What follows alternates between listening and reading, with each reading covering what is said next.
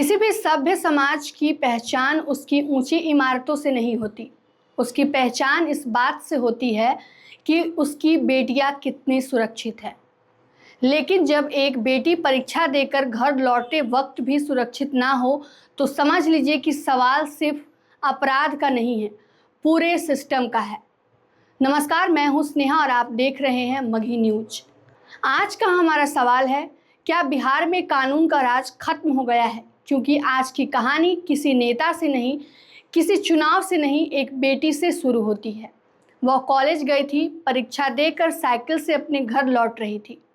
उसे क्या पता था कि रास्ते में कोई दरिंदा उसका इंतजार कर रहा है।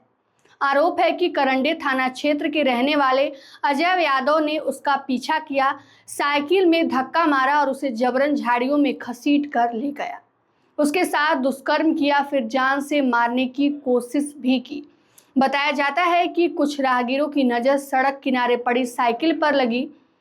लोगों को शक हुआ, खोजबीन शुरू हुई, तब आरोपी वहां से भाग निकला, लेकिन पीछे छोड़ गया एक बेटी की टूटी हुई जिंदगी। अब जरा अपराध से आगे बढ़िए और सिस्टम को देखिए। लोग छात्रा को लेकर स्थानीय थाने पहुंचे। स्थानीय लोगों का आरोप है कि वहां से तत्काल मदद नहीं मिली। कहा गया कि महिला अधिकारी अभी नहीं है, महिला थाना में जाइए। जब लोगों ने वाहन उपलब्ध कराने की गुहार लगाई तो जवाब मिला, गाड़ी गश्ती में गई है। अगर ये आरोप सही है तो सवाल बहुत बड़ा है, क्या एक दुष्कर्म पीड़िता को भी थाने से थाने भटकना पड़ेगा?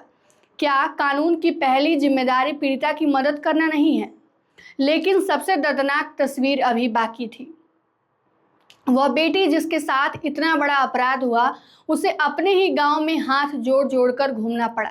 हर दरवाजे पर, हर चौखट पर एक ही गुहार, हमें इंसाफ दिला दीजिए। सोचिए, जिसके साथ अपराध हुआ उसे ही न्याय के लिए हाथ जोड़ने पड़ रहे हैं। गांव के लोग आगे आए, लोगों ने सहयोग किया, गाड़ियों की व्यवस्था की, तब जाकर मां और बेटी महिला थाने तक पहुंच सकी। क्या यही कानून का राज है? क्या एक पीड़िता को इंसाफ पाने के लिए पूरे गांव के सामने हाथ जोड़ने पड़ेंगे? उस बेटी के पिता इस दुनिया में नहीं है। माँ एक छोटा सा किराना दुकान चलाकर बेटी को पढ़ा रही है। माँ का सपना था बेटी पढ़ेगी, कुछ बनेगी और घर का सहारा बनेगी। लेकिन आज वही माँ अपनी बेटी के लिए न्याय की भीख मांग रही है। बताया जा रहा है कि महिला थाने में माँ और बेटी को रात भर रुकना पड़ा। यह भी आरोप है कि पीड़िता का मोबाइल जब्त कर लिया गया।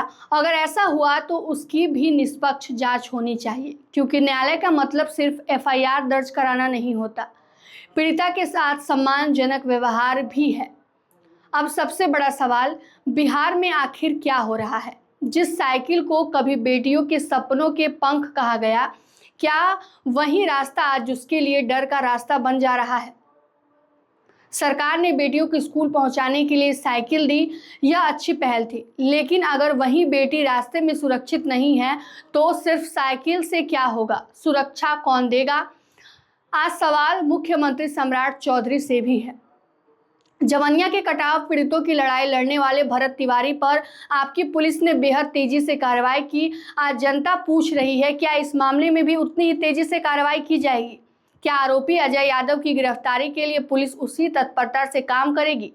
यही सवाल है, यही जनता जानना भी चाहती है। यह किसी जाति का सवाल नहीं है, किसी पार्टी का सवाल नहीं है, यह बिहार की हर बेटी का सवाल है। अगर आज हम चुप रहें तो कल किसी और की माँ बेटी इसी रास्ते से गुजरेंगी और शायद फिर वही कहानी दोहराई जाएगी। हम अदालत से पहले किसी के दोषी ठहराने की बात नहीं कर रहे हैं, लेकिन अगर आरोप सही है तो कानून को बिना किसी मतभेद के सबसे सख्त कार्रवाई करनी पड़ेगी। पीड़िता को सुरक्षा मिले, परिवार को न्याय मिले और आरोपी को कानून के मुताबिक सजा मिले। जिस राज्य में एक बेटी को इंसाफ मांगने के लिए हाथ जोड़कर गांव-गांव घूमना पड़े, वहां सिर्फ अपराधी नहीं, पूरा सिस्टम कटघरे में खड़ा दिखाई देता है। और सवाल सिर्फ पुलिस से नहीं है, सरकार से नहीं है, हम सब से है। क्या हम इस खबर को 2-3 दिन बाद भूल जाएंगे या तब तक आवाज उठाएंगे जब तक उस बेटी को न्याय नहीं मिल जाता? मगही न्यूज़ इस पूरे खबर पर नज़र बनाए हुए है। जैसे ही पुलिस जांच, गिरफ्तारी या आधिकारिक कार्रवाई से जुड़ी नई जानकारी सामने आएगी, हम आपको सबसे पहले बताएंगे।